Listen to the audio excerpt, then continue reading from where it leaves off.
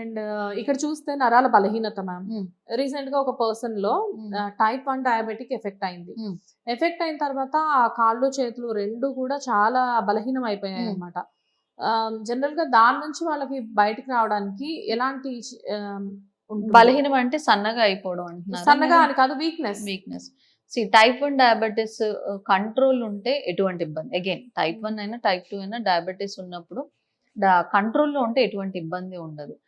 Control లేదనుకోండి, type 1 అయినా type 2 అయినా మజిల్ లాస్ అనేది అవుతుంది. మజిల్ ప్రోటీన్స్ ఇవన్నీ మజిల్ లాస్ అనేది అవుతుంది. సో దాని వలన వీక్నెస్ అనేది వస్తుంది. సో అందుకని షుగర్స్ కంట్రోల్ పెట్టుకోవడం అనేది చాలా ఇంపార్టెంట్. ఎప్పుడైనా టైప్ 1 కానీ టైప్ 2 కానీ డయాబెటీస్ ఉన్నప్పుడు షుగర్స్ కంట్రోల్లో ఉన్నంత వరకు ఎటువంటి ప్రాబ్లం రాదు. ఎప్పుడైతే sugars out of control, especially HbA1c 8, 9, 10 పైన వెళ్ళింది అనుకోండి, మజిల్ లాస్ అనేది జరుగుతుంది. అందుకని ఆ మజిల్ లాస్ అవ్వడం వల్ల బాడీ వీక్ గా అనిపించడం కానివ్వండి, కాళ్ళు నడవడానికి కూడా ఇబ్బంది పడడం, అప్పుడే కాళ్ళు నొప్పులు, పిక్కలు నొప్పి పెట్టడం, ఇట్లాంటివి చూస్తూ ఉంటాం. అందుకని మన చాలా మంది షుగర్ కంట్రోల్ లేని వల్ల బక్కగా అయినట్టు అనిపిస్తారు. ఆ బక్కగా అయినప్పుడు చాలా మంది చాలా సంతోషపడతారు. లా ఉన్న వాళ్ళు సన్నగా అయ్యారు, వెయిట్ లాస్ అయ్యారంటే చాలా హ్యాపీ ఫీల్ అవుతారు. అది కూడా చాలా తక్కువ టైంలో 3-4 months లోనే ఒక 10-15 kgs లాస్ అవ్వడం.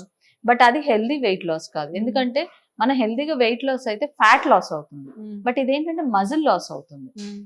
సో దానివల్ల వీక్ అవ్వడము, కాళ్ళు సివియర్ ఓవరాల్ వీక్నెస్ అనిపిస్తుంది. So that is because of uncontrolled sugars.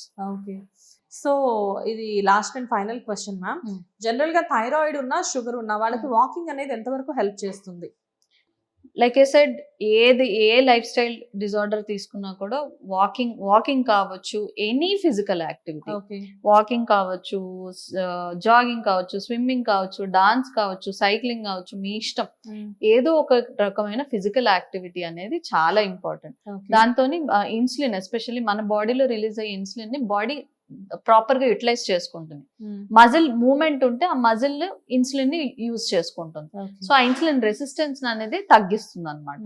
So దాంతో పాటు వెయిట్ లాస్ అవ్వడానికి హెల్ప్ చేస్తుంది ఫిజికల్ యాక్టివిటీ. క్యాలరీ బర్నింగ్ ఉంటుంది, స్ట్రెస్ లెవెల్స్ ని తగ్గిస్తుంది. ఇవన్నీ బెనిఫిట్స్ అనమాట.